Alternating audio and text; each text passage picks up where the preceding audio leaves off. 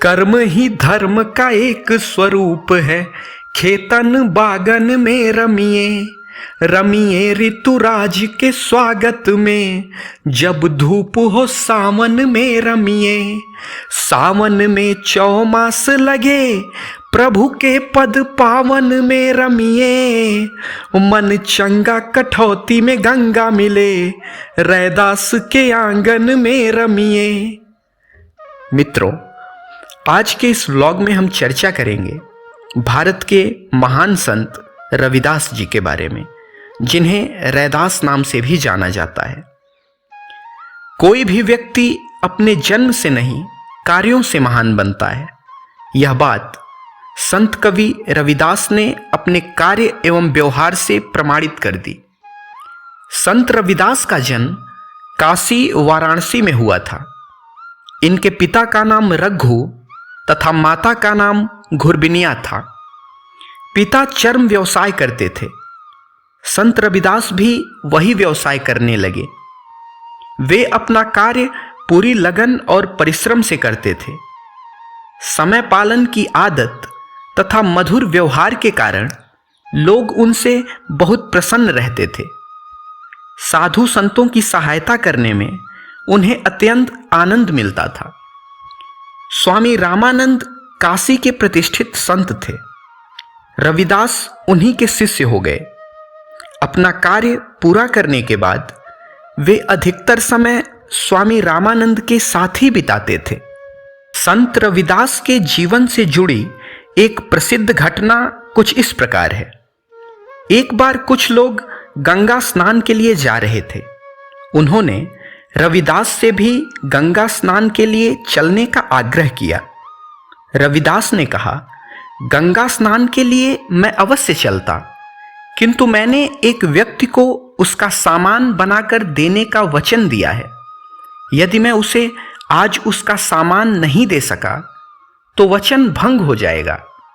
गंगा स्नान जाने पर भी मेरा मन तो यहाँ अपने काम में लगा रहेगा। मन जिस काम को अंतःकरण से करने को तैयार हो वही उचित है। मन शुद्ध है तो इस कठौती के जल में ही गंगा स्नान का पुण्य मिल सकता है। कहते हैं तभी से यह कहावत प्रचलित हो गई, मन चंगा तो कठौती में गंगा।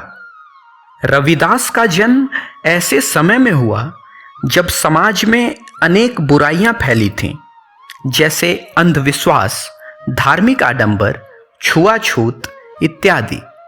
रविदास ने इन सामाजिक बुराइयों को दूर करने का प्रयास किया।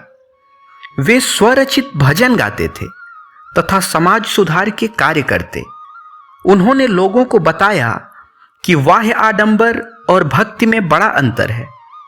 ईश्वर एक है, वह सबको, सभी जीवों को समान भाव से प्रेम करता है। यदि ईश्वर से मिलना है तो आचरण को पवित्र करो और मन में भक्तिभाव जागृत करो। रविदास कर्म को ही ईश्वर भक्ति मानते थे। रविदास दिन भर कर्म करते और भजन गाते थे। काम से खाली होने पर वे अपना समय साधुओं की संगति एवं ईश्वर भजन में बिताते थे। रविदास के भजनों का हिंदी साहित्य में विशेष स्थान है। संत रविदास के विचार कुछ इस प्रकार थे। वे कहते, राम, कृष्ण, करीम, राघव, हरि, अल्लाह एक ही ईश्वर के विविध नाम हैं। सभी धर्मों में ईश्वर की सच्ची आराधना पर बल दिया गया है। वेद, पुराण, कुरान आदि धर्म ग्रंथ एक ही परमेश्वर का गुणगान करते हैं। ईश्वर के नाम पर किए जाने वाले विवाद निरर्थक एवं सारहीन हैं। सभी मनुष्य ईश्वर की ही संतान हैं। अतः ऊंच नीच का भेदभाव मिटाना चाहिए। अभिमान नहीं अपितु परोपकार की भावना अपनानी चाहिए। अपना कार्य जैसा भी हो वह ईश्वर की पूजा के समान है।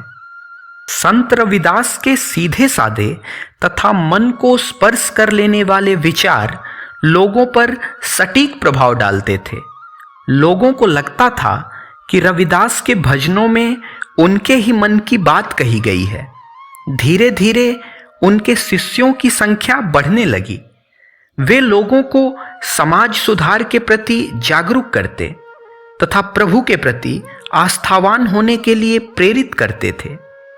वे सामाजिक सुधार एवं लोगों के हित में निरंतर तत्पर रहते थे। संत कवि रविदास अपने उच्च विचारों के कारण समाज एवं हिंदी साहित्य में महत्वपूर्ण स्थान रखते हैं। उनका जीवन कर्मयोग का सच्चा एवं आदर्श उदाहरण है।